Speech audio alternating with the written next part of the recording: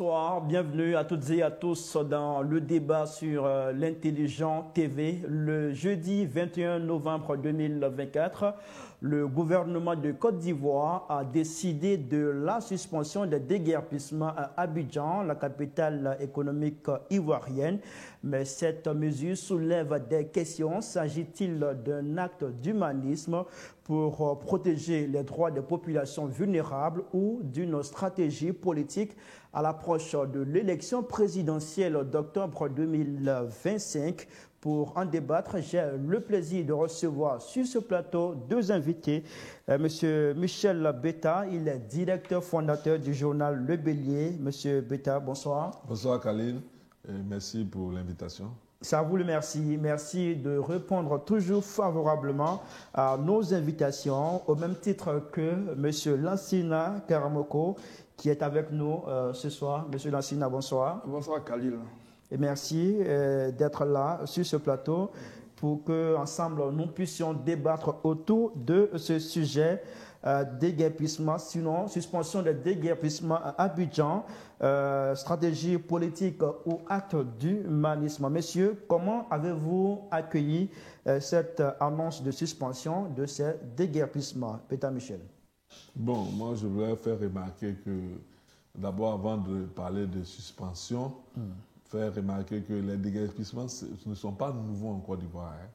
Depuis 1960, depuis la proclamation des indépendances, il a fallu à la Côte d'Ivoire mener plusieurs opérations de déguerpissement pour la construction de grands chantiers tels que le canal d'Evridi, la construction du plateau et bien d'autres quartiers, la Riviera et tout cela. Les populations étaient souvent, les gouvernants étaient souvent obligés de déguerpir les populations en vue de vraiment construire, de réaliser des infrastructures.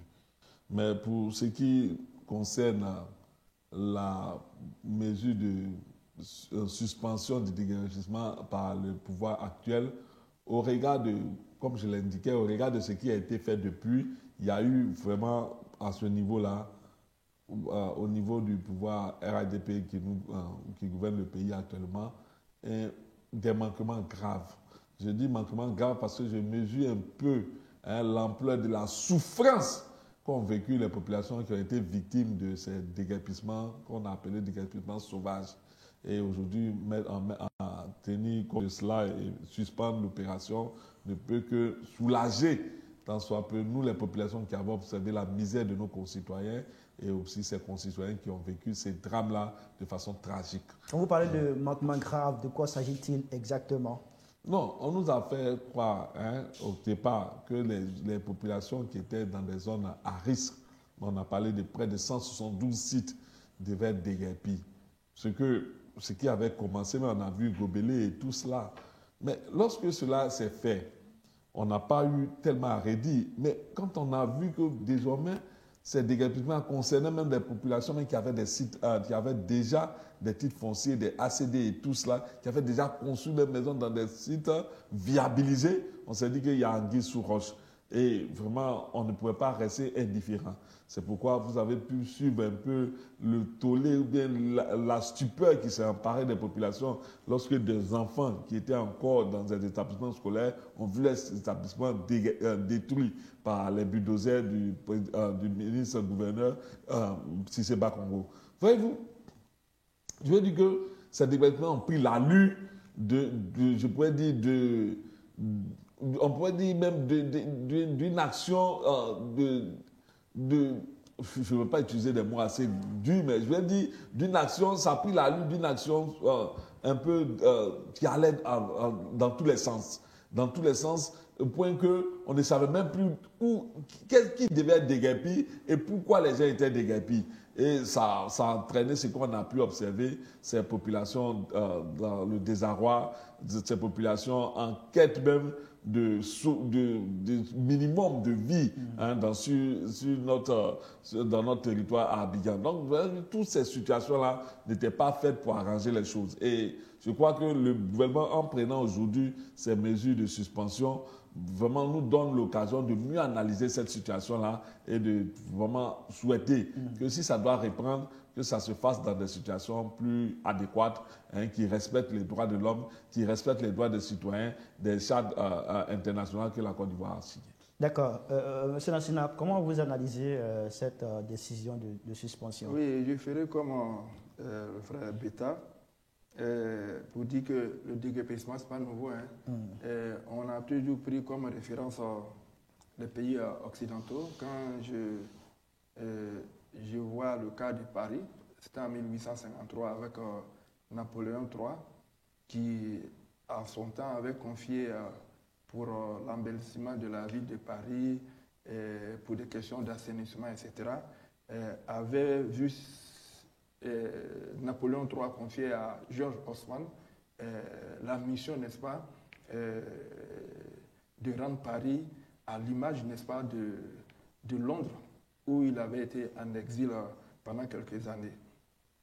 Déjà en son temps, relativement à la population de la France, de Paris en son temps, il y a eu 250 000 déplacés, donc des gens déguerpis. Donc, le déguerpissement ne peut pas se faire sans créer des dommages collatéraux. C'est pourquoi je vais rappeler qu'il y a quand même 4 types de déguerpissement. Il y a l'occupation illégale des sites qui appartiennent à l'État. Ça, c'est un cas de déguerpissement. L'occupation des sites à risque. Et puis, il y a, n'est-ce pas, le déguerpissement pour des projets d'utilité publique. Et puis, il y a le désordre urbain. En ce qui concerne l'occupation des sites appartenant à l'État, il est tout à fait normal. À tout moment, l'État peut venir dégager des occupants de ces sites. Et c'est ce qui a été fait. Ensuite, il y a l'occupation des sites à risque. Il ne faut pas l'oublier, chaque année, à chaque saison de pluie, on déplorait malheureusement beaucoup de personnes tuées. Moi, je me souviens en 2019-2020 à Nyama, il y a eu un éboulement de terre dans un des quartiers là-bas qu'on appelle Dereraï, où il y a eu près d'une vingtaine de personnes tuées. Le lendemain ou le surlendemain, le gouvernement a dû taper du poing sur la table et puis donner les moyens à la mairie pour venir dégager tous ceux qui étaient là-bas. C'était le même cri où nous allons partir, où nous allons être relogés. L'argent qui leur a été donné en son temps, ils ont trouvé que c'était petit. Mais finalement, aujourd'hui, tout est rentré dans l'ordre. C'est un site qui est propre, qui n'est plus... il n'y a plus personne là-bas. Donc, on fait nos saisons de pluie à Nyama de façon tranquille, sans qu'il y ait, n'est-ce pas, des risques de tuer, n'est-ce pas, à la fin, n'est-ce pas, de la saison pluvieuse. Ensuite, il y a eu des questions d'utilité, des projets d'utilité publique.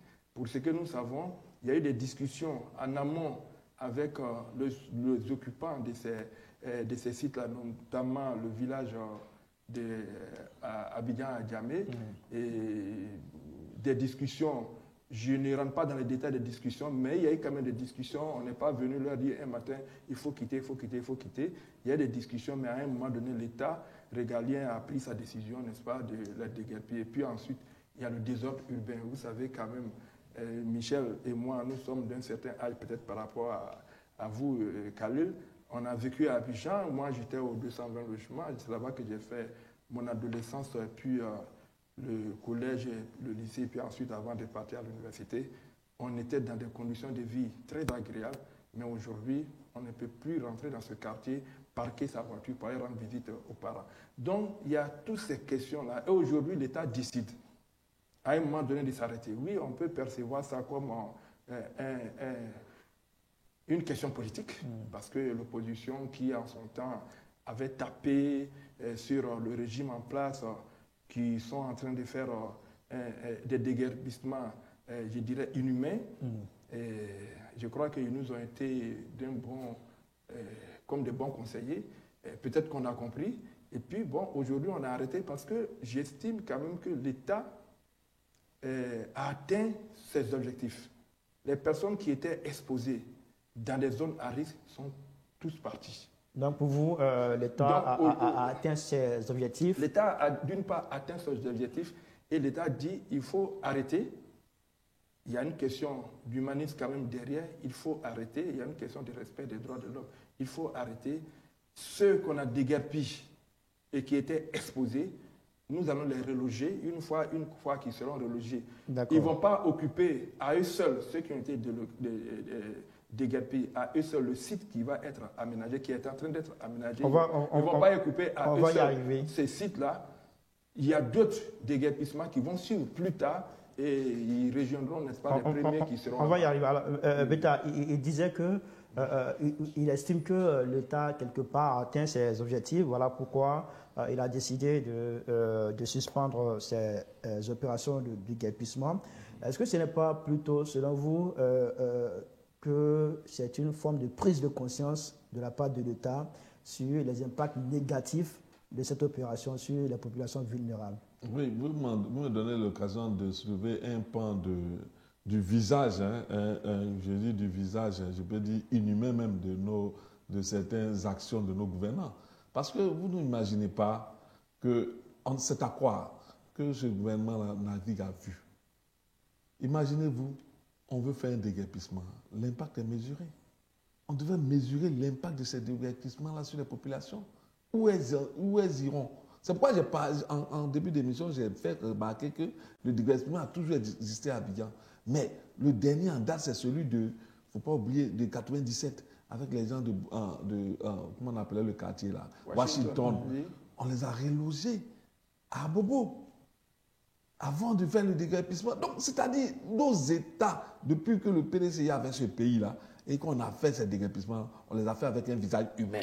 Le PDCI l'a fait avec un visage humain, en sorte que les populations déguerpies avaient toujours un point de chute avant de procéder à ces opérations de démolition. Donc pour vous, ces déguerpissements n'avaient pas de visage humain, bien que le président en masse ait appelé à des déguerpissements avec plus d'humanisme. Mais tu vois qu'en fait, on pose des actes et on s'étonne que ça produise des résultats comme ce qu'on a vu.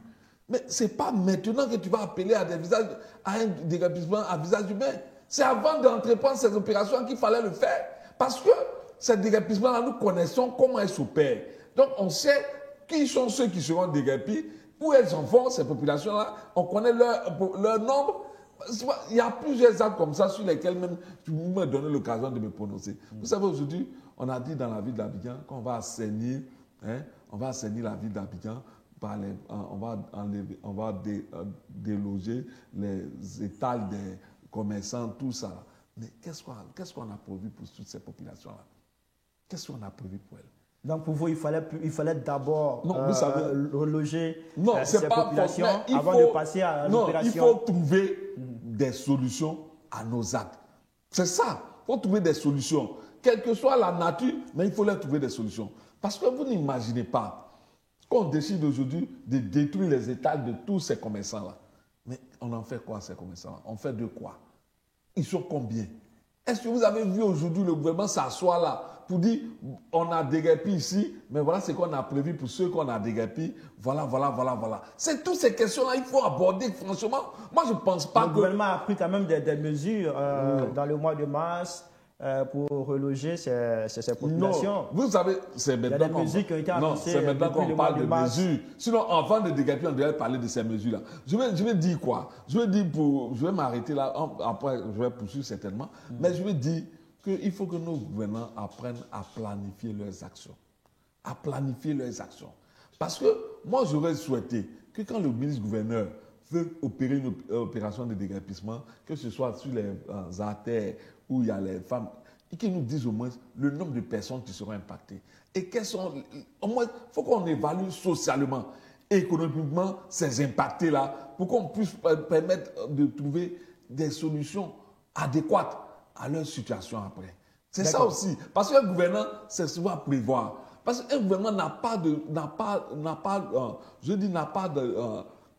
l'objectif de détruire ces populations. C'est plutôt pour leur dire, écoutez, quand on va arrêter ici, mais on va vous prévoir ça, pour que vous puissiez avancer quand même. Parce que vous êtes des opérateurs économiques. Quel que soit leur petit commerce là, ça sert à une action économique dans leur famille, dans leur foyer. Donc il faut en tenir compte quand on veut faire des digues. D'accord. Lansana, est-ce que vous pensez qu'il y a eu véritablement un manque de planification dans ce déguerpissement? Est-ce qu'il ne fallait pas prévoir d'abord des mesures d'accompagnement, des endroits où loger les populations d'abord avant de casser les endroits qu'il fallait casser? Khalil, il y a deux questions qui sont soulevées là. Il y a le déguerpissement par rapport aux sites à risque et les personnes qui sont installées illégalement sur des sites qui appartiennent à l'État. Et puis il y a le commerce, certains commerces qu'on casse. Il y a deux sujets soulevés par Beta. Ce que je pourrais dire, le gouvernement du président Alassane Ouattara est un gouvernement responsable. On n'a pas besoin de faire du bruit. Il faut poser la question, n'est-ce pas, à ceux qui sont déguerpis. Il y a eu une planification. Je prends le cas de Washington. Nous sommes des contemporains, moi, c'est de quoi on parle à Washington. À Washington, des gars avaient été indemnisés depuis longtemps, avec de l'argent, pour leur permettre de façon transitoire de se trouver un logis pendant qu'on était en train de construire le site sur la route d'Alépé, Biabou. Ils ont pris cet argent, ils ne sont pas partis, ils sont restés là. Jusqu'à ce que le site soit construit. Et puis maintenant, ils étaient toujours là. Et puis un jour, on est venu les chasser de là. Le gouvernement du président Alassane Ouattara est très humain. On n'a peut-être pas fait de bruit, ils n'ont peut-être pas fait de bruit, mais les populations impactées ont reçu de l'argent pour qu'ils s'aillent se reloger ailleurs. Je prends le cas de Boribana. Dès qu'on a posé même avant la pose de la première pierre du 4e pont, les populations de Boribana ont été approchées.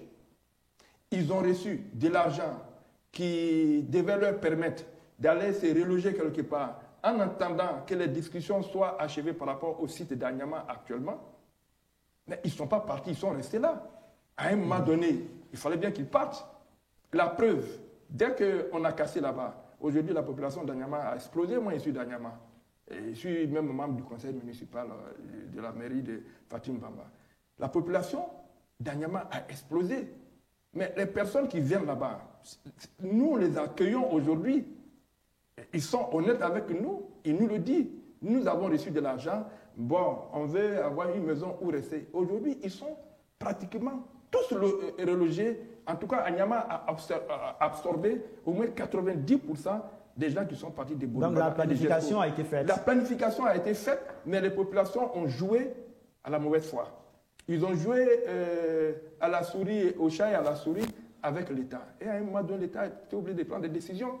Et c'est ce qui a été fait. Mais le commun des Ivoiriens ne le sait pas. Même quand on en parle, puisqu'ils ont tout politisé, ils refusent d'accepter la vérité. Sinon, les populations elles-mêmes savent que depuis 2 ans, 3 ans, elles ont été indemnisées pour leur permettre d'aller s'installer de façon transitoire quelque part, en attendant qu'un site approprié soit viabilisé. D'ailleurs, on entend aussi des populations, des gens qui disent ne pas avoir reçu d'indemnisation, de l'argent pour aller se loger avant que si moi, Karamoko, je suis installé à Boribana, si Karamoko est installé à Boribana sur une parcelle où j'ai construit une maison, et puis à côté, j'ai mis 1 ou 2 chambres en location, mais quand l'État arrive, l'État ne donne pas de l'argent à chaque membre de la cour. L'État donne de l'argent à celui qui est le propriétaire de la cour, afin qu'il puisse aller se reloger. Maintenant, ceux qui sont les occupants n'ont pas les mêmes montants, n'est-ce pas, de prise en charge que les propriétaires. C'est ce qui a été fait. Maintenant, si moi je suis... Est-ce que c'est comme ça qu'on devrait procéder? Oui, c'est comme ça qu'on procède quand on arrive.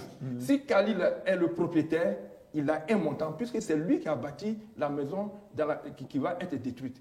Maintenant, s'il y a quelqu'un qui est locataire, lui également, il a quelque chose. Mais pas au même niveau que Khalil qui est propriétaire. Et d'ailleurs, ceux qui vont être relogés sur le site qui a été trouvé à Anyama, c'est les propriétaires qui sont identifiés comme tels, c'est eux qui vont être relogés et non les locataires. Les locataires ont déjà eu quelque chose pour qu'ils puissent aller se reloger 250 000 francs par personne. À leur niveau, ça s'arrête là-bas. Mais par contre, ceux qui étaient propriétaires, ils ont reçu chacun 1 million de francs CFA. Oui, c'est des choses qui ne se savent pas, mais qui sont la réalité. On peut approcher les services compétents, moi je pense, hein, pour aller essayer de disséquer tout ce qu'il y a à l'intérieur. Vous verrez qu'il y a des gens dedans qui font la mauvaise foi, etc. Il s'agit des mesures qui ont été arrêtées par l'État de Côte d'Ivoire en mars 2024. Oui. On a le relogement à hauteur de 250 000 francs par ménage. Oui. On a aussi l'accompagnement des propriétaires ayant des titres fonciers en vue d'acquisition de parcelles en pleine propriété. Oui. On a aussi la mise à disposition d'un terrain de 75 mètres carrés ou de 100 mètres carrés selon la taille de la famille, avec la signature d'un bail amphithéotique sur une durée de 20 à 25 ans pour un loyer de 10 000 francs CFA par mois, au terme duquel les nationaux impactés deviendront propriétaires des terrains attribués. On a l'allocation d'une aide à la construction d'un montant forfaitaire de 1 million de francs CFA par famille en vue d'accompagner chaque famille dans la construction de son logement, et la mise en place d'un organe spécial dénommé cellule d'aménagement des quartiers précaires du district autonome d'Abidjan, logé à la primature pour assurer le suivi des déguerpissements. Monsieur Beta, il y a quand même des mesures qui sont prises. Qu'est-ce que vous pensez? Ces mesures ont été annoncées par l'État de Côte d'Ivoire en mars 2024. Nous sommes en décembre 2024. 9 mois après, quelle évaluation faites-vous de la mise en œuvre de ces mesures? Vous savez, l'opération de déguerpissement a commencé en janvier 2024. On annonce les mesures en mars 2024. Ça fait combien de mois? 2 mois après. 2 mois après. Donc, c'est-à-dire, ce n'est pas de manque de planification. Parce que si ces mesures-là étaient là, avaient existé, et qu'on avait mis ça en œuvre pour les populations, elles auraient mieux compris l'opération et auraient adhéré. Parce que c'est l'adhésion des populations qui n'a pas suivi. C'est pourquoi nous sommes arrivés à détruire même des sites d'écoles, des sites de maisons qui avaient des ACD. Non. Vous savez, il ne faut pas qu'on se leurre. Ces mesures-là sont des mesures de soulagement. Pour ce qui est de la réalisation d'un édifice... Si ça soulage pour vous, c'est que c'est quand même bon. Non, je ne dis pas que tout est mauvais, je ne dis pas que tout est mauvais, mais je veux qu'on trouve des solutions adéquates.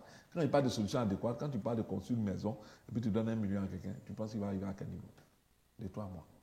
Parlons franchement. Aujourd'hui, on est en Côte d'Ivoire. On sait combien ça coûte déjà de pouvoir réaliser un édifice, construire une maison où on peut habiter. Donc, quand tu veux donner des moyens à des personnes qui n'en ont pas, pour réaliser un édifice, il faut le faire de façon adéquate, de façon efficiente. C'est ça. Et pour vous, la solution adéquate, c'est quoi? La solution adéquate, je crois que d'autres l'ont déjà montré. Lorsque Bédier faisait le développement de Washington, on a construit des maisons pour des gens. On ne leur a pas donné un terrain et une somme forfaitaire. Parce qu'en le faisant, tu es sûr qu'il n'arrivera pas. Ça, il ne faut pas se leurrer. Non. Il y a une confusion quelque part. Oui, mais tu vas la relever plus tard. Mais c'est ça. Parce que quand tu dis tu lui donnes 1 million pour commencer à construire sur un site, hein, parce que je ne pense même pas qu'il ait les moyens pour construire. Il faut construire, tu vas lui donner le temps de lui faire acheter ça. C'est-à-dire l'allocation d'une aide à la construction d'un montant forfaitaire de 1 million de francs CFA par famille. C'est une aide qu'on lui apporte. Oui. Sinon, c'est l'État qui va construire le site. C'est pas ce que l'État dit. Moi, je vous dis ce qui est. Ah, ben c'est vous qui vous êtes. C'est ce qui est écrit, c'est ce qui a été annoncé. C'est une aide qu'on lui donne. Après un conseil des ministres par le porte-parole du gouvernement. Donc, c'est le gouvernement qui s'exprime mal alors. Communique mal sur ses actions. C'est bon. Il ne faut pas tirer la conclusion activement comme ça. Mais c'est ça. On dit une aide. Une aide, ça veut dire que tu as déjà quelque chose et on t'aide. Maintenant, cette aide en numéraire qu'on lui donne ne remet pas en cause ce que l'État fait. C'est pourquoi on parle de location, de bail, de 10 000 francs par mois sur 20 ans. On a dit non, 20 ans, 25 ans. Oui. C'est-à-dire que c'est la partie soutenue par l'État qui est la plus importante. C'est ce qui doit être payé sur 20-25 ans. Même à Biabo, on n'a pas construit des maisons cadeaux pour leur donner. Je suis désolé. Non, c'est quand on ne leur a pas donné des maisons cadeaux. Hein. Mais on a construit des maisons. Donc je vous le dis. Parce que moi, j'ai travaillé... Ouattara fait plus que ceux qui l'ont précédé. Non, si la question ne fait pas. Parce que Biabo, Biabo était... Est-ce que vous avez vu Biabo même au début? Est-ce que c'était des maisons? Mais c'était des édifices où on pouvait dormir. Vous comprenez, non? Est-ce que c'était des maisons? Où on pouvait dormir. Vous comprenez un peu, non? Mais ceux qui sont allés là-bas, c'est qu'ils ont investi pour être là où ils sont aujourd'hui, dans un minimum de confort, c'est eux qui savent. Mais Ouattara dit, moi, je vous donne 1 million. Si ça peut vous permettre d'acheter des meubles pour meubler les maisons qu'on va vous donner, c'est tant mieux. Mais nous, on supporte la plus grosse partie n'est-ce pas, de l'achat. C'est pourquoi il y a un bail qui est signé entre celui qui va l'occuper et l'État à niveau de 10 000 francs par mois sur 20 ans, 25 ans. Pourquoi on ferait un bail si on devait vous donner 1 million pour vous débrouiller? On va le bail sur le terrain. Non, ce n'est pas le terrain. Ah ben c'est ce qu'elle dit, non? Non. Ou bien l'État a mal communiqué sur ce programme. Ou bien c'est toi qui nous donne. Ils ont dit le lot. Bon, je veux rappeler. Moi j'ai lu le papier avant d'arriver ici. La mise à disposition d'un terrain de 75 mètres carrés ou de 100 mètres carrés selon la taille de la famille, avec la signature d'un bail sur une durée de 20 à 25 ans pour un loyer de 10 000 francs CFA par mois, au terme duquel les nationaux impactés deviendront propriétaires des terrains attribués. Voilà. Non, écoutez, vraiment, je crois qu'on va passer à autre chose. Parce que là, il nous fait accroire et il nous fait dire autre chose que ce qui est là. Non, c'est qui est là, c'est vous qui l'avez écrit. Non, mais c'est ce qu'on a lu avant d'arriver ici. Il disait aussi que Ouattara fait mieux que ses prédécesseurs en termes de relogement. Moi, je ne vais pas rentrer dans l'affaire de Ouattara fait mieux, Ouattara fait moins. Moi, je parle des problèmes des Ivoiriens. Ce n'est pas une question de Ouattara. Tu parles d'autre chose. Parce que les gens ne sont pas logés, les gens ne sont pas logés, les gens n'ont pas de maison, les gens n'ont pas de toit. Et puis, on est en train de vouloir politiser quelqu'un qui met les gens à la rue. Arrêtons ça un moment quand même. Écoutons-nous et moi, je t'ai assez écouté quand même. Mais quand il me pose la question si Ouattara fait mieux, vous voulez que je dise non? La question n'est même pas là. Non, répondez-moi, vous voulez que je dise non? J'ai dit oui. Arrêtez de crier, vous n'avez pas besoin de crier. Ça te concerne toi seul. Les Ivoiriens vivent, c'est que les drames qui vivent là, ça n'a rien à voir avec... Ils sont tous relogés. Vous êtes venus à Ils sont relogés où ça? Ils sont relogés à Niamey. Où ça? Ils sont partis se loger, c'est pas toi qui les as relogés. C'est de l'argent qu'on leur a donné pour se loger. Arrêtons ça quand même. C'est de l'argent qui leur a été donné. Il y a un site. Vous êtes allé vers eux et vous êtes journaliste. Prenez votre micro. C'est ce que je fais tous les jours. Sur les sites j'étais. Sur les sites de Boïbana j'étais. Sur les sites de choses j'étais. Ceux qui sont repartis à Niamey, on est partis les voir aussi. Où?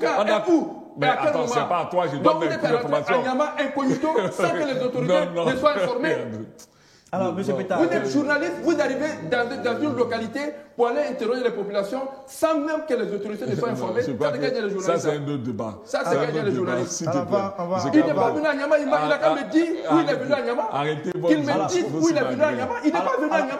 Vous êtes assis dans vos bureaux et vous dites les choses. Mais vous êtes venu à Niamey à quel moment et quand vous avez vu qui et dans quel quartier vous étiez? Dites-le moi. Alors, pour ce qu'on sait, dites-moi dans quel quartier vous étiez venu. Selon les faits, il y a un site de relogement qui a été trouvé par l'État de Côte d'Ivoire du côté d'Anyama. Le site doit abriter, on va dire, 3000 logements.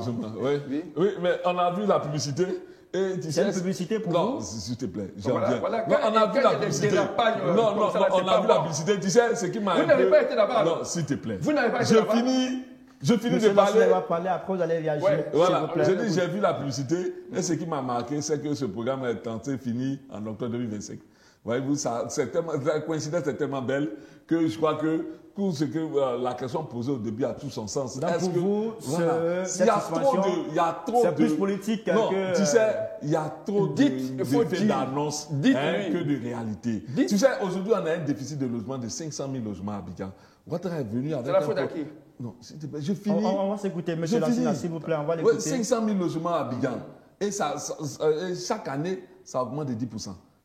Et Ouattara est venu à un programme, il a promis des logements de 25 000. On n'a pas vu ces logements-là. Aujourd'hui, en fin de mandat, c'est là qu'il programme des relogements de 300 000 personnes qui devraient finir en octobre 2025.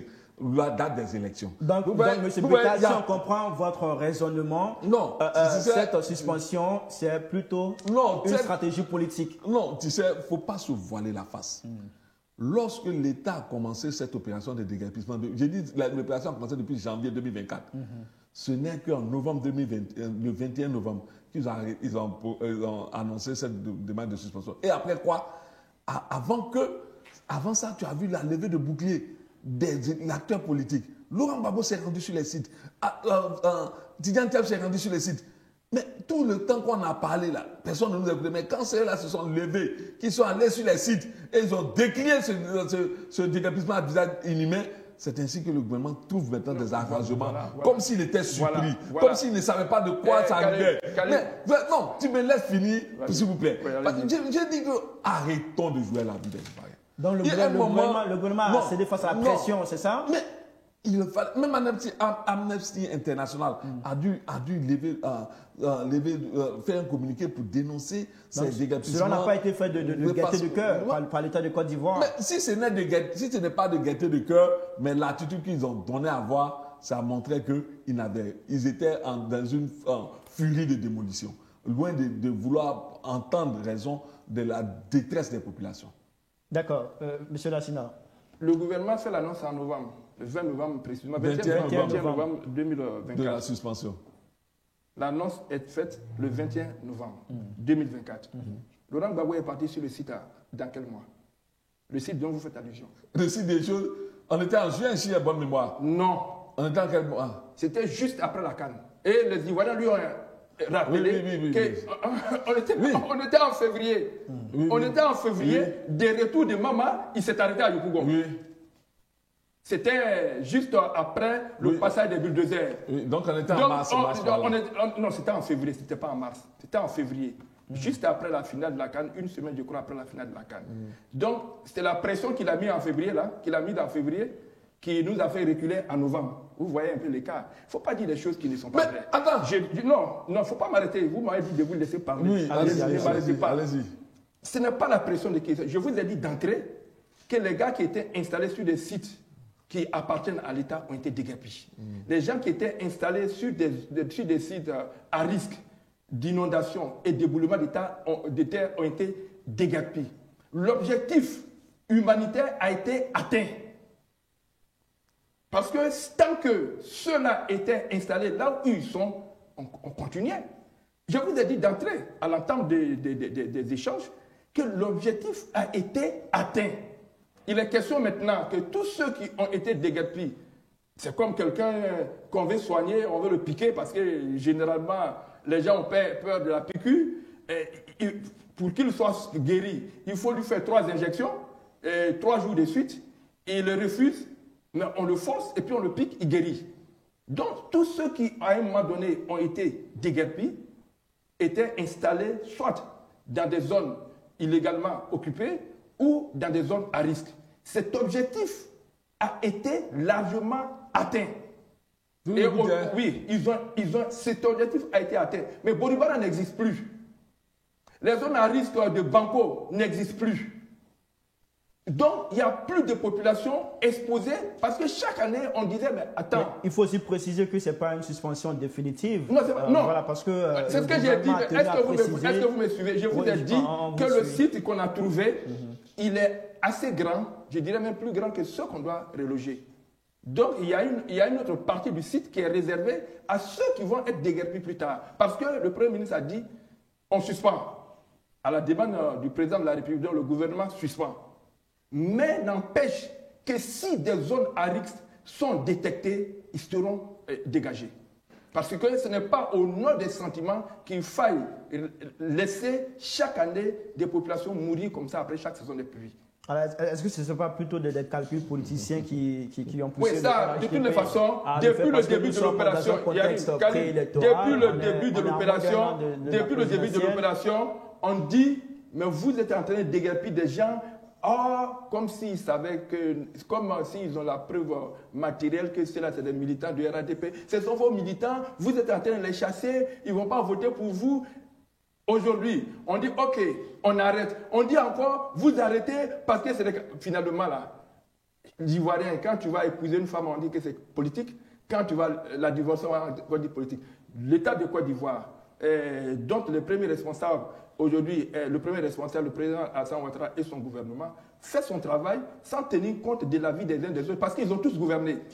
Aujourd'hui, on a décidé de faire d'Abidjan une métropole, une grande métropole à l'instar des grandes métropoles africaines et je dirais même occidentales. C'est ce travail qui va continuer et c'est ce travail qui s'est fait et qui va continuer. Ce n'est pas les élucubrations de l'opposition qui font des calculs politiques qui pourraient nous amener à nous arrêter. Quelle pression Tian peut mettre sur... Faut pas... me fait parler de Thiam. C'est M. Thiam, le président Thiam. Et d'ailleurs, je voulais lui dire, quand on parle du président de la République, s'il est respectueux, il est un citoyen, parlons du président de la République. Ce n'est pas Ouattara, c'est le président de la République de Côte d'Ivoire. C'est la première institution. L'homme fait une institution. Il faut, quand on parle de lui, avec un peu de respect. D'accord, M. Beta, vous voulez réagir? C'est toi qui vois du respect. Sinon, pour nous, c'est un citoyen, hein, même s'il a les responsabilités. Oui, il a des responsabilités qu'on respecte. Non, mais il est président de la République, il faut le respecter. S'il te plaît. Alors, c'est pas ça le sujet, mais si on va revenir au sujet. Sinon, partout dans le monde, même quand on parle de Poutine, on dit Poutine. La Sénat estime que c'est pas la pression qui a fait.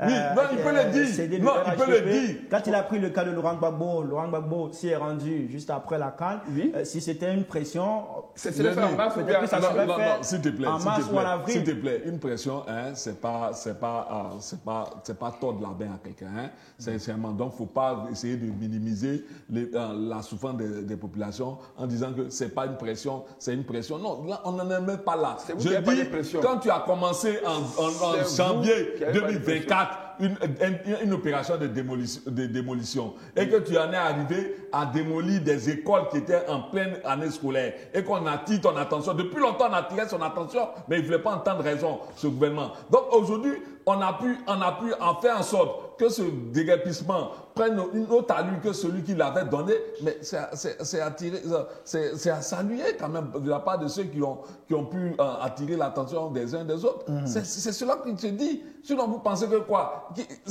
Il avait commencé son déguerpissement, il n'écoutait personne. Il a fallu que tout le monde s'y mette pour qu'il arrête.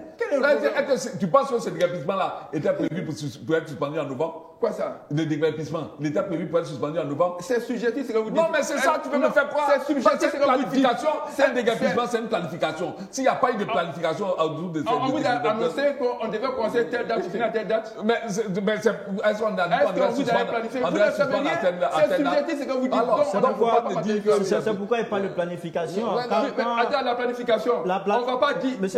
La planification, c'est aussi de dire on commence à telle période pour finir à telle période. Non, Khalil, la vraie planification, c'est l'objectif qu'on veut atteindre. Tant qu'on ne l'a pas atteint, on continue. Je vous dis que Boribana n'existe plus. Banco, où il y avait toujours des morts, et Monsipro, où il y avait toujours des morts, n'existe plus. Mais alors, si on atteint les objectifs principaux qu'on recherchait, mais si aujourd'hui on décide d'arrêter, d'accord. De suspendre, on n'a pas arrêté, si on décide de suspendre, mais quel est leur problème? Maintenant, je reviens sur une question. Parce qu'il parle dans son intervention pour avoir les Ivoiriens au sentiment, non, on a détruit une école, etc. Mais qui est celui qui a donné le titre foncier et qui a permis que cette école s'installe? Mais c'est le Gbagbo. En son temps. Mais oui, c'est le régime précédent qui a autorisé, qui a donné le titre foncier au monsieur pour qu'il s'installe là. Tu es dangereux. Mais je ne suis pas dangereux, c'est la vérité. Je vais vous dire des choses plus graves encore. Je n'ai pas fini. Non, ne fais pas des déclarations que tu ne peux pas prouver. Parce qu'en fait, ce qu'il a commencé là, on peut le faire à la peine. Tu ne peux pas venir sur un plateau, dire c'est celui-là qui a donné une continuité, une continuité. Mais alors, c'est parce que le chauffeur que je suis va rentrer en brousse. Non, il faut arrêter de faire des déclarations tapageuses comme ça. Tu donnes la lune de quelqu'un qui n'a pas de mesure dans ses propos et c'est dangereux. Qu'est-ce que tu appelles avoir mesure de propos? Quand vous parlez, vous êtes la mesure de vos propos. Quand vous parlez, vous êtes la mesure de vos propos. Quand vous avancez des choses, vous affirmez des choses, vous êtes la mesure de vos propos. Parce que moi, je parle, il faut que moi j'ai de la mesure de mes propos. Alors, monsieur, vous passez en donnant des leçons, il y a un problème. Vous savez que cette opération était conduite par le ministre-gouverneur Cissé Bakongo. Oui. Une question, est-ce que cette suspension est-elle un désaveu? Non, pas du tout. Pour Cissé Bakongo, M. Beta? Non, la question de désaveu, Cissé Bakongo lui-même l'a compris. Déjà même avec Rabik Togo, quand il est arrivé à Yopougon, vous avez vu les échanges houleux qu'ils ont eus par la presse interposée. Ça vous dit que cette opération que Bakongo était en train de mener, il la menait de façon solidaire. De sorte que les autorités locales des différents sites n'étaient presque pas impliquées. Moi, je ne sais pas comment on arrive à faire cela. On arrive à faire en sorte de se mettre à dos, même ceux que les populations ont élus pour faire leur bien-être. Et on pense faire leur bonheur. Moi, je crois qu'il faut souvent se prendre la mesure de nos actions. Ce n'est pas, en fait, moi, ce que j'observe de toutes ces décisions qui sont prises à passer par là, je trouve qu'il y a un manque de, je l'ai dit au départ, il y a un manque d'organisation, un manque de planification, un manque d'implication même des concernés. Parce que si vous observez tout ce que Bakongo a fait pendant cette opération de démolition, depuis qu'il a pris le pouvoir au sein du district, ça a été fait, je veux dire, mais contre la vie des maires. Il s'agit du plateau. Le plateau, il a dû fermer un commerce sous prétexte que ce commerce-là, bon, ils ont donné des arguments qu'eux seuls tiennent, mais le maire n'a pas donné son accord. On a vu la même chose à Yopougon. Il y a eu même un de ses proches, puisque Bitogo est aussi membre de son parti. Il y a eu des échanges houleux là-bas, au point que, en travers la presse, on a vu qu'il y avait un désaccord total entre l'opération du district et celui qu'entendait mener le maire. On a vu récemment à Port-Boué. Mais qu'il s'arrête un moment quand même, Bakongo. Qu'il s'arrête. Et je pense qu'en décidant, peut-être que le gouvernement, dans toute sa dimension, a pris la mesure du drame qui faisait vivre aux populations et qu'ils ont décidé de suspendre. Bon, c'est à saluer, plus ou moins, parce que la souffrance s'est arrêtée. Mais on pense que quand ils vont reprendre, ce ne sera pas encore pour empirer la situation de nos concitoyens. Monsieur Lachina. Non, ce n'est pas un désaveu au ministre-gouverneur. Je le dis, j'insiste là-dessus, des objectifs ont été atteints. Peut-être que l'opération n'est pas... Monsieur Beta, s'il vous plaît. Il y a un problème à lui. Monsieur Beta, s'il vous plaît. Il y a un vrai problème à lui. Allez-y. Moi, je dis que les objectifs... Peut-être que l'opération n'est pas terminée parce qu'il y a encore beaucoup à faire, mais les objectifs principaux ont été atteints. Donc, ce n'est pas un désaveu. Je ne veux pas rentrer dans ce qu'il est en train de planter comme décor, problème entre Bakongo. C'est des faits. Il a parlé aussi d'un manque de collaboration entre Bakongo et les différents maires des communes concernées. Ce que je sais en ce qui concerne les municipalités, lui, il ne le sait pas. C'est clair. Quand bien il soit journaliste, il ne va pas aux informations. Il y a eu déjà des réunions. Des réunions au district entre le ministre gouverneur et tous les maires. Auxquels, depuis janvier, je vous donne l'information, depuis janvier, et pour qu'ils prennent conscience de l'opération qui va commencer. C'est-à-dire, avant même le début, le lancement de la CAN. Et à Nyama, on a tellement compris que automatiquement, responsable de la municipalité qui est responsable a parlé avec certaines populations qui étaient visées par les questions du désordre urbain. Et puis, on a commencé à démolir avant même que les opérations ne commencent ailleurs. Vous comprenez? Donc, depuis janvier, il y a eu discussion entre le ministre-gouverneur et l'ensemble des maires des 13 communes d'Abidjan. Et quand est-il ressorti? Vous êtes journaliste maintenant? Oui. Je vous réponds. Non, mais attends, parce que c'est ce qui est ressorti, nous on a observé. Écoutez, M. Beta, s'il vous plaît, on va les laisser aller au bout de ces idées. Allez-y. Il y a eu cette rencontre. Si les journalistes qui rendent ces archives, il verra qu'il y a eu une réunion entre le ministre-gouverneur et les maires des 13 communes d'Abidjan. De quoi était-il question? Les 176 sites ciblés, ils ont chacun eu, chaque maire, n'est-ce pas, une copie, n'est-ce pas, des sites. Donc, dire qu'il n'y a pas de collaboration, c'est faux. C'est vrai qu'il y a des maires, il y a eu... Ce que vous dites, il y a eu des collaborations, on va dire, il y a eu des rencontres entre le district et puis les différentes mairies des 13 communes d'Abidjan avant le démarrage de l'opération. On a aussi constaté qu'il y avait des mésententes. Mais c'est ce que si vous me laissez finir, vous allez comprendre. Maintenant, le ministre-gouverneur avait son calendrier qui a été communiqué. Mais il ne va pas s'arrêter pour attendre les ministres. Lui, il a son travail à faire. Maintenant, il y a des maires. Il y a des maires qui protègent leur électorat. Ils ne veulent pas rentrer dans le jeu. Mais lui, il n'a pas d'électorat à protéger. Lui, il a une mission qui lui a été assignée par le gouvernement. Il doit atteindre ses objectifs. C'est pour ça qu'il a été nommé. Pour travailler. Maintenant, est-ce qu'il doit reculer ou bien il doit les attendre? Il leur a donné un deadline et au bout de ce deadline, il a commencé son travail. Maintenant, dire qu'il n'y a pas eu de collaboration, on n'a qu'à quitter dans tout ce qui est fiction. La réalité, il y a eu une réunion. Il y a eu une collaboration. Il ne faut pas qu'on vienne dire sur le plateau ici qu'il n'y a pas eu de collaboration. Vous êtes journaliste, il faut dire la vérité. C'est la vérité, j'ai dit. Quand Bakongo finit de parler et que Bitogo finit de parler que c'est contradictoire, tu penses qu'il y a eu collaboration. Bon, ça c'est ton point de vue. Justement, comme il a dit. Vous et moi, nous sommes en train de parler, est-ce qu'on oublie de nous entendre? Mais c'est qu'il n'y a pas de collaboration. La collaboration, c'est marcher ensemble. On vous a compris. Alors, M. Bété, est-ce que, comme il a dit justement, c'était pas... c'est pas une volonté pour ces différents mails de protéger l'électorat. Est-ce que c'est pas cette volonté qui a fait quelque part que souvent on voyait des décalages entre les différentes positions? Quel est le pourcentage des maires qui n'ont pas cédé et les maires qui ont cédé? Il va répondre à ma question, allez-y. Non, j'ai dit souvent... Il n'a pas répondre à ma question,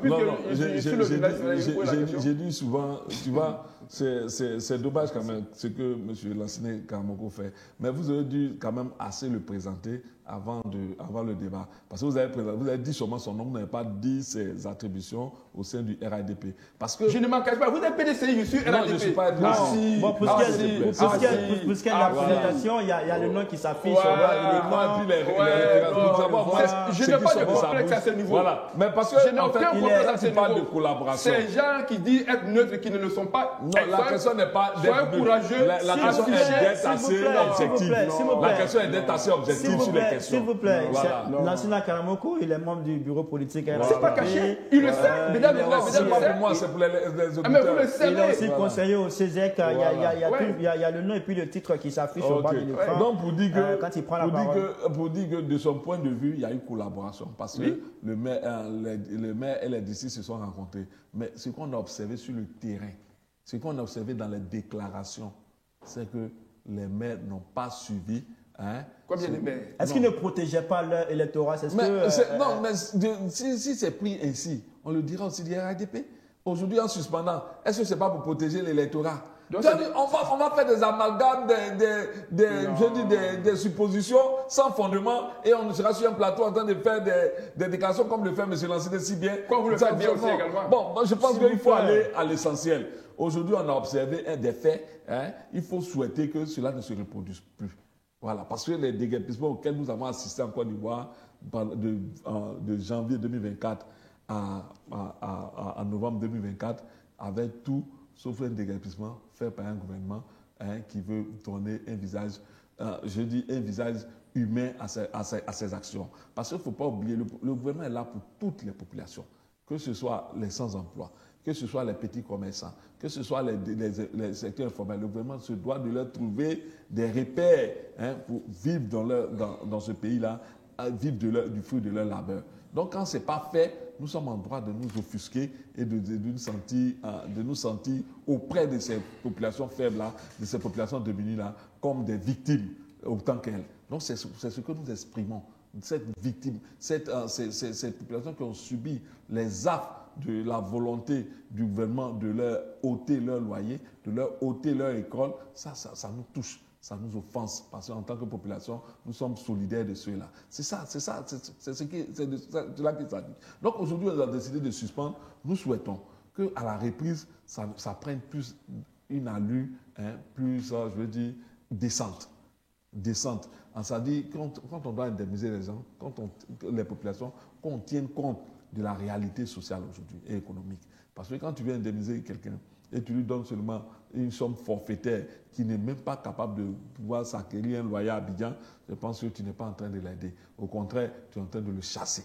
Et ce n'est pas ce que nous voulons. Nous pensons que c'est vrai, il y a des sites à risque.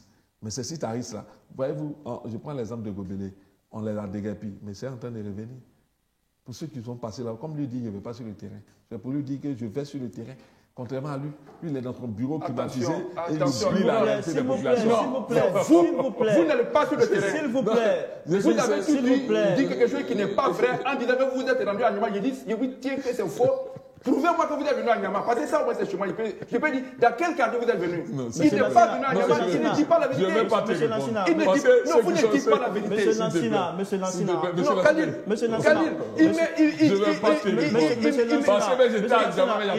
Il me prête des choses. que je ne peux pas accepter. Mais c'est ce que tu fais. Il dit qu'il a été à Gobelin, qui est en train d'être... Eh bien, il me dit que je ne suis pas homme de terrain qui est dans le bureau. Moi, je suis plus homme de terrain que lui. Gobelin, c'est où? C'est dans ton quartier ici. S'il vous plaît. Quand il dit qu'il est venu à Niamey, il dit que c'est fou, il n'est pas venu à Niamey. On va s'écouter, s'il vous plaît. Non, s'il vous plaît. S'il vous plaît. Je vous donne rendez-vous à Niamey si vous voulez. Et on va repasser où vous êtes passé. S'il vous plaît, allez-y. Non, c'est pas vrai. Il ne faut pas mentir aux gens. Il ne faut pas mentir aux gens. Je le laisse à ses propos. Si ça n'engage que toi. Quand vous me tenez des propos déplacés, vous trouvez normal. Je vais finir. Vous permettez que je finisse. Je disais, aujourd'hui, nous sommes en train d'observer la réalité sociale de nos populations. Et pour nous, ce qui a été donné de voir pendant un certain temps n'était pas de nature, n'était pas l'image de la Côte d'Ivoire que nous voulons donner à l'extérieur. Des enfants, des femmes dans les rues, sans logis, sans toit, c'était ahurissant, c'était frustrant, c'était déchirant. C'est le fonds de commerce. C'était déchirant. Et je pense qu'aujourd'hui, en décidant de suspendre, le gouvernement a compris le cri d'alarme, le cri de cœur de ces populations que nous sommes. Et c'est à prendre en compte. Bon, d'accord. D'accord, M. Lassana, quand vous dites ces fonds de commerce, vous parlez de quoi? C'est le fonds de commerce de qui? De ceux qui sont dans l'opposition. Alors, ils sont plus victimes que les victimes. Ils parlent plus au nom des victimes que les victimes elles-mêmes. Moi, je dis qu'il faut connaître, n'est-ce pas, ces victimes-là, ce qu'ils appellent victimes, et leur apporter l'assistance. Moi qui vous parle, je n'ai pas besoin de le dire sur le plateau. Je sais comment j'ai aidé beaucoup à se retrouver un toit du côté d'Anyama. Pas que j'ai payé pour eux, mais parce qu'ils sont venus à la recherche de maisons, ce qui convient à leur bourse. Je sais quel effort nous avons fait là-bas pour loger ces gens, quel effort nous avons fait pour les aider à s'insérer dans le tissu social à Anyama. Et eux, ils sont dans les débats sans fondement humanitaire et nous sommes sur le terrain en plein dans l'humanisme. Ce n'est pas la même chose. C'est pourquoi je dis que c'est leur fonds de commerce, ces opposants. C'est sûr que ça, ils veulent surfer, comme s'il n'y a jamais eu de déguerpissement dans le monde, comme s'il n'y a jamais de déguerpissement, il a si bien dit, avant l'avènement du RADP au pouvoir, et c'est malsain, c'est pas bon, il faut bien informer les Ivoiriens. Maintenant, aujourd'hui, nous retenons qu'une solution est trouvée, des populations ont reçu de l'argent, elles ne font plus de boucan, je vais parler de ces populations-là, elles sont en train de se loger. Ceux qui étaient à l'abattoir sont également logés, même ceux qui faisaient leur activité, n'est-ce pas, on ne le dit pas assez, ceux qui faisaient leur activité à l'abattoir de Port-Boué ont retrouvé un parc à Anyama qui leur appartient, où ils ne partiront plus, où ils sont en train de s'installer durablement. Et d'ailleurs, l'abattoir international est en construction dans cette localité. Le gouvernement est en train de trouver des solutions durables pour chaque personne. Mais, Khalil, on ne peut pas faire d'omelette sans casser les œufs. Vous comprenez un peu, non? Et c'est vrai, au jour d'aujourd'hui, certains déguerpissements étaient douloureux, mais c'était encore plus douloureux chaque année que la télévision, les différentes télévisions nous rendaient des images tristes des personnes enfouies sous la boue, parce qu'il y a eu glissement de terrain. À un moment donné, on se demandait si l'État même n'était pas complice, parce que force restant à la loi, l'État a tous les moyens de déguerpir ces personnes-là. C'est le cri de cœur que chacun lançait dans son salon. Mais qu'est-ce que le gouvernement fait pour chasser ces gens-là, au lieu de nous présenter comme ça des spectatrices comme ça? Maintenant que le gouvernement décide, et vous avez vu cette année, malgré que la saison des pluies a été violente et je dirais même très longue, on a très peu parlé des personnes tuées pour éboulement, pour des questions d'inondation. Mais c'est le prix à payer pour chacun des populations et chacune des personnes qui sont considérées aujourd'hui comme une victime pour que finalement les Ivoiriens puissent vivre tranquillement sans être exposés dans des quartiers précaires et qui plus est à Abidjan ici. Alors, M. Bida, est-ce que ces déguerpissements n'ont pas atténué les conséquences liées aux saisons des pluies? Bon, on a pu observer quand même quelques morts, ce qui est quand même déjà triste, hein, malgré les efforts que disent avoir fait le gouvernement. on a pu observer quelques morts. Donc, il faut poursuivre les efforts. Donc, ce n'est pas assez. Tant qu'on peut préserver la vie des populations, il faut poursuivre les efforts. Et pour moi, pour ma part, c'est vrai qu'il y a des zones qui donnent à désespérer, des zones à risque, mais je crois que même si on doit retirer ces populations de ces zones-là, il faut leur permettre de mieux s'installer que d'aller encore occuper une zone à risque ailleurs. Voilà, c'est ça. Alors, vous êtes en train de nous dire que le site qui a été trouvé pour reloger les déguerpis non, les a pas encore relogés. Pour les reloger dans le futur, n'est pas un site adapté. Non, je n'ai pas dit que c'est pas. On dit qu'ils vont faire des aménagements, il y a des travaux qui vont être faits. Quand vous dites qu'il ne faut pas enlever les gens dans oui, un site mais j'ai dit pour l'instant, non, pour l'instant où ils sont partis dans les quartiers périphériques d'Anyama, il y a des risques encore là-bas. C'est pas un site adapté pour vous. C'est pas un site adapté pour vous. J'arrête Beta. Parce que ce qu'il dit est très grave. Mais Anyama est une zone à risque, c'est ce qu'il veut dire. Parce qu'ils sortent d'une zone à risque dans les quartiers périphériques, encore des zones à risque. Nous ne sommes pas des zones à risque. Il n'a pas dit toute la commune d'Anyama est une zone à risque. Mais qu'est-ce qu'il en sait? Il estime que... Non, Khalil, je suis parti là-bas. Khalil, c'est pourquoi j'ai dit, je mets Beta au défi de venir à Anyama, aller trouver les gens qui sont installés dans des zones. Il n'y a plus de zones à risque à Anyama. Depuis 2019, il n'y en a plus. Ok. Il n'y en a plus. S'il dit le contraire, je mets en doute ses qualités de journaliste. Donc pour vous, c'est un site adapté, le site adapté pour vous. C'est le site adapté, c'est des gens qui vivent là tranquillement. Je dis qu'il n'y a plus de risques. Khalil, moi je le dis, la main sur le cœur, qu'il n'y a plus de zones à risque. Mais c'est ce qu'on veut. Il n'y en a pas. Mais quand tu dis qu'ils sont partis d'ici pour aller dans les quartiers périphériques, dans d'autres zones à risque, c'est insultant pour la commune d'Anyama que je refuse et que je ne dépends pas sur la commune. Mais en tant que conseiller municipal, je ne peux pas accepter qu'on parle comme ça d'Anyama comme un quartier périphérique à risque. Non, Anyama n'est pas un quartier à risque.